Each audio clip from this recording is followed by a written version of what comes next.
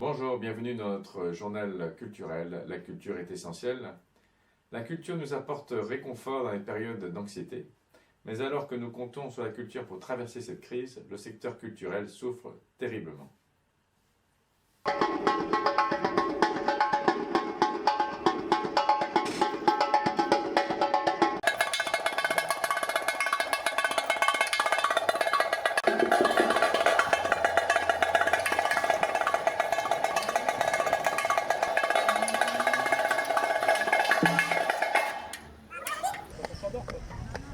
Ça va.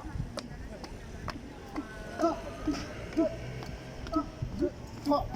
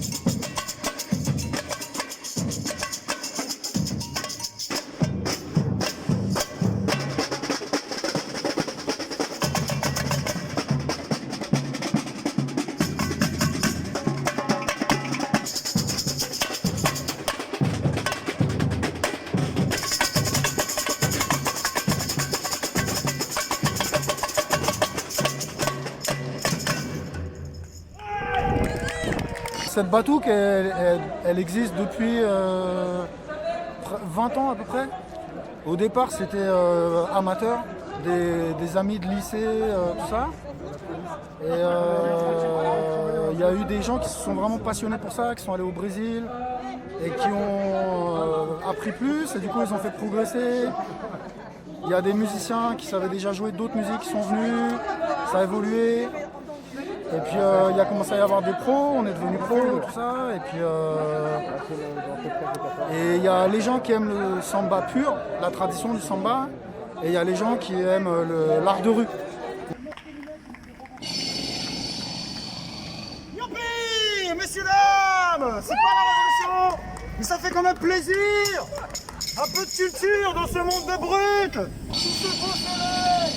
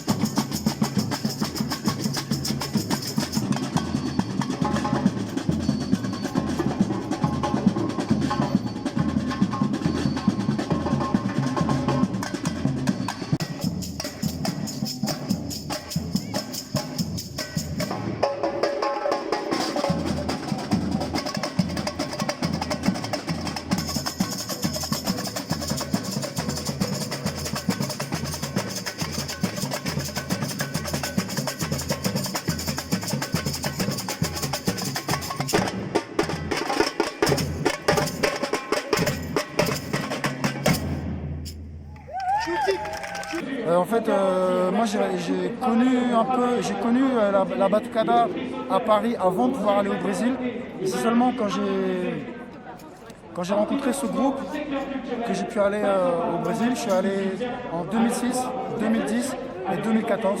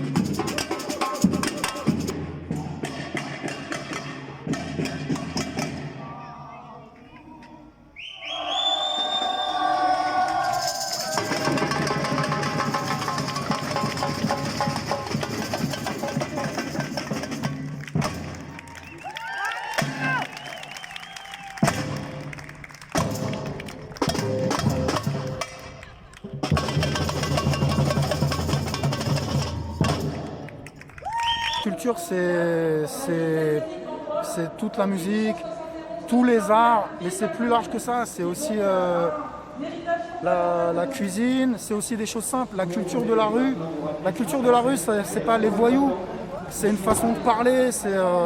Pour moi, le hip-hop, c'est une immense culture qui a révolutionné beaucoup de choses dans le monde. Pour moi, elle a révolutionné des disciplines sportives. Et moi, je vois de la beauté là-dedans. Et quand je vois les gens qui font du skateboard, du bicross, du ski acrobatique, du surf, il y a aussi un esprit hip-hop qui a influencé ça. Peut-être qu'il y a des gens qui ne voient pas ça et ça ne leur parle pas. Moi, je le vois. Et je trouve ça dommage qu'en France, on reconnaisse que la culture classique, que la littérature. La littérature, c'est pas seulement Montesquieu, c'est pas seulement les grands écrivains. Il y a des livres comme La vie devant soi, qui sont écrits de manière simple, ou Zazie dans le métro de Queneau, c'est du langage simple et c'est beau. La BD, c'est de la culture aussi. Tout est culture.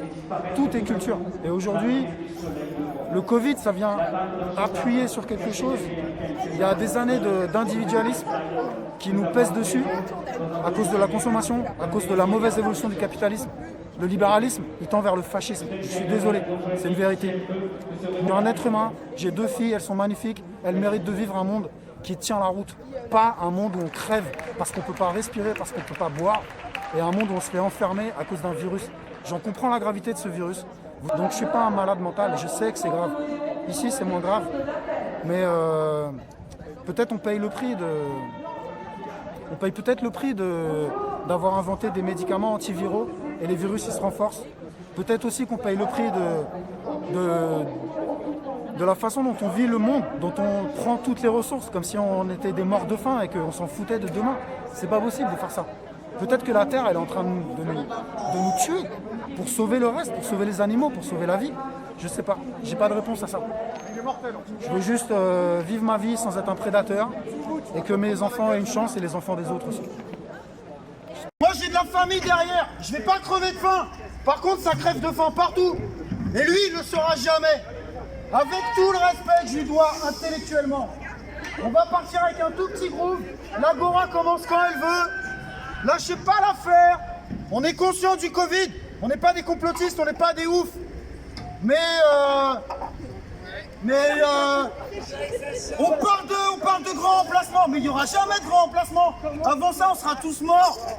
Avec le nucléaire, avec tout ça. Sérieusement. Faut revoir l'ordre des priorités. Youpi!